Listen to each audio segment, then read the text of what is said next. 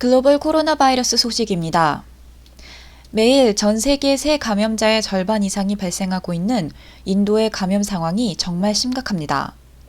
미국 다음으로 많은 감염자를 내고 있는 인도는 5월 1일 하루에만 40만 2천여 명이 발생해 그야말로 세계 신기록을 냈습니다. 지난 3월부터 폭증하기 시작한 인도의 새 확진자 발생 건수는 미국에서 나왔던 하루 최고 기록 30만 7천여 명을 지난 4월 22일 넘어섰었는데 5월 1일 40만여 명이 발생하면서 코로나 팬데믹 이후 전 세계적으로 가장 많은 발생 기록을 세운 것입니다. 병원이 가득 차서 확진자들이 입원을 하지 못할 뿐만 아니라 산소가 없어서 치료도 못하고 죽어가는 바람에 주택지 공원들이 화장터로 변했다고 합니다. 현재 누적 확진자는 2천만 명에 이르고 사망자는 매일 3천여 명씩 발생해 22만 명을 곧 돌파할 것으로 보입니다. 인도 과학자들은 신규 발생 수가 이날 5일에서 10일 사이 피크를 이룰 것이라고 전망하면서 실제 감염자 수는 훨씬 많아서 통계치보다 무려 50배에 이를지도 모른다고 심각한 상황을 전하고 있습니다. 한편 이 같은 엄청난 재앙으로 인해 나렌드라 모디 총리에 대한 비판이 거세지면서 사퇴 요구도 나오고 있습니다. 2014년에 집권한 모디 총리는 2019년 총선에서도 압도적으로 승리하는 등 큰 인기를 누려서 지난 50년간 가장 강력한 총리라는 평을 들어왔는데 코로나19 사태로 국민들 분노가 커지면서 모디 총리가 정치적 궁지에 빠져든 것입니다. 인도와 함께 브라질도 상황이 급박합니다. 브라질은 특히 코로나 감염으로 죽어가는 사람이 급증해 지난달 29일에는 미국 다음으로 사망자 40만 명을 넘긴 나라가 됐습니다. 브라질은 최근 코로나19 사망자가 매일 3천여 명을 오르내리고 있는데 보건 전문가들은 전염력이 2.5배나 더 강한 것으로 알려진 브라질 변이 바이러스가 번진 데다 보우소나루 대통령 정부가 방역 대책을 소홀히 한 때문이라고 분석하고 있습니다. 더구나 백신 공급도 늦어져서 상황이 악화되고 있습니다. 정부 관계자들은 지난 4월까지 예상보다 30% 적은 백신이 들어와 계획대로 접종하지 못하고 있다고 밝혔습니다. 브라질은 현재 1,470여만 명의 누적 확진자와 41만 명에 달하는 사망자를 기록하고 있습니다.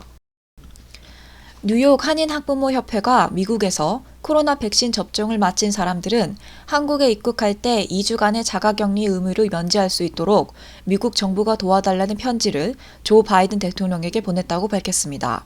뉴욕 학부모협회는 지난 29일 백악관에 보낸 편지에서 최근 한국 정부가 백신 접종 완료자들이 외국을 다녀오면 자가격리를 면제해주기로 하면서도 제외 동포들은 제외시킨 것을 지적하며 미국 정부가 이를 바꾸도록 도와달라고 한 것입니다. 한국 정부는 5월 5일부터 코로나19 백신 접종을 마친 내국인들의 입국 시 2주 자가격리 의무를 면제하지만 외국에서 백신을 접종한 사람들은 각국이 승인한 백신 종류가 다르고 상호주의에 따라 협의한 후 적용해야 할 사항이라며 격리 면제에서 제외시켰습니다.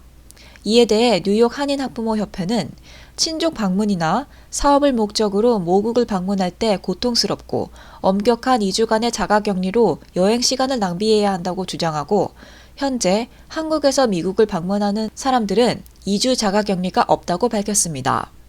뉴욕 학부모협회는 바이든 대통령에게 자가격리 면제에 도움을 달라면서 아울러 한국에 백신 공급도 해달라고 요청했습니다.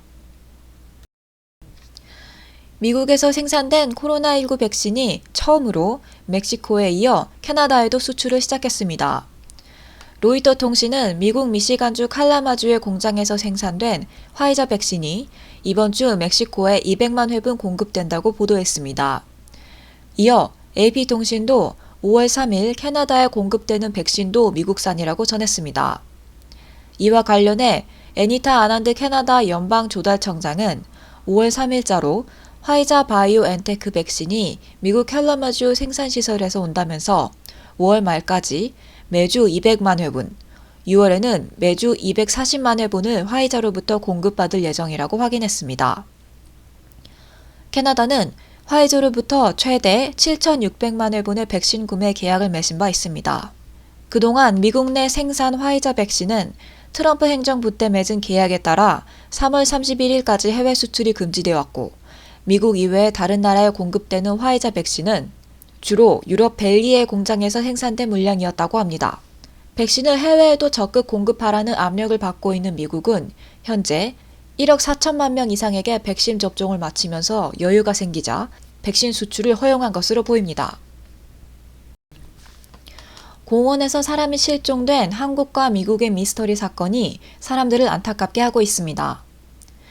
먼저 서울 한강공원에서 술을 마신 채 잠이 들었다가 실종된 중앙대 의대 본과 재학 중이던 22살 손모 학생이 실종 5일 만인 4월 30일 숨진 채 발견됐습니다.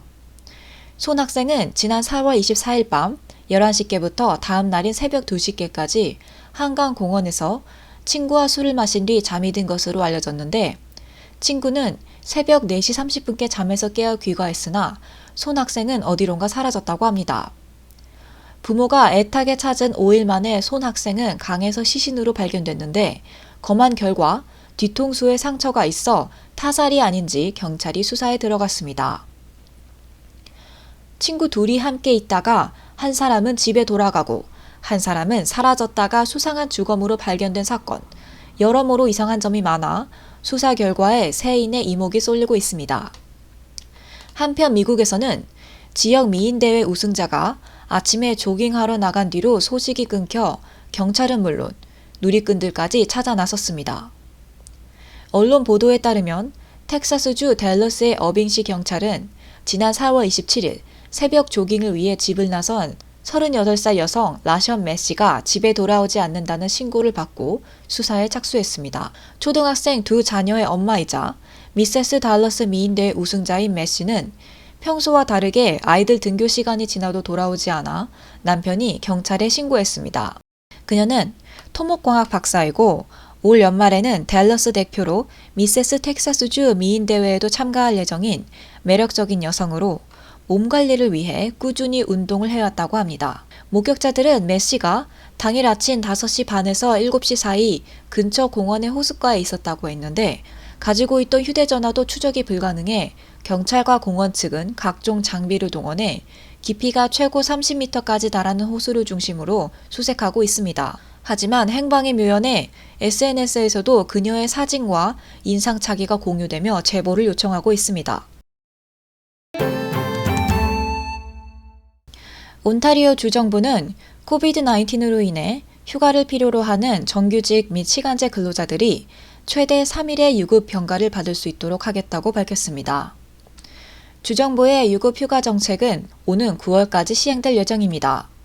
온주 몬테 맥노튼 노동부 장관은 28일 회견에서 직원이 코비드-19로 인해 결근할 경우 고용주가 최대 3일의 휴가를 제공하도록 하는 법안을 29일 제출할 것이라고 밝히고 유급휴가 직원 1명당 하루에 $200까지 보상할 것이라고 말했습니다. 주정부의 유급휴가 프로그램은 온타리오 코비드-19 근로자 소득보호 혜택 프로그램으로 불리며 직장안전보험위원회 WSIB를 통해 관리되며 연방정부의 캐나다 회복 및 질병급여 CRSB 만료일인 9월 25일 동시에 종료됩니다. 유급휴가비 지불은 4월 19일로 소급해 적용되고 싱노트나 닥터노트는 필요하지 않습니다. 주정부는 이번 유급휴일제 프로그램이 CRSB 지급을 기다리는 시민들의 기다림을 해소할 수 있을 것이라고 말했습니다. 그동안 시민들은 혜택을 받는데 너무 많은 장벽이 있고 신청서가 승인될 때까지 너무 오래 기다려야 한다고 지적했었습니다. 이에 대해 맥노튼 장관은 포드 주정부가 CRSB 지급액을 $500에서 $1,000로 늘릴 수 있게 해달라는 건의도 연방정부에 제출했다고 밝혔습니다. 하지만 연방정부가 이 제안에 대해 승인할지는 아직 확실하지 않습니다. 온타리오주는 5월 24일쯤부터는 모든 성인들이 포털을 통해 코비드-19 백신 접종 예약을 할 수 있을 것이라고 밝혔습니다. 주정부 보건 관계자들은 29일 백신 접종 예약제를 사용할 수 있는 연령이 4월 29일부터 55세 이상으로 낮춰지며 오는 5월 3일에는 50세 이상, 5월 10일은 40세 이상, 그리고 5월 17일 주일부터는 30세 이상에 이어 5월 24일쯤에는 18세 이상까지 접종 연령이 떨어질 것이라고 말했습니다. 주정부의 고위 보건당국자는 백신 공급량이 급격히 증가함에 따라 6월 21일까지 온타리오 성인의 75%에게 최소 1회 접종량을 투여한다는 당초 목표가 달성될 수 있을 것이라고 말했습니다. 이날 발표된 계획에는 존슨앤존슨의 얀센 백신은 포함되지 않았습니다.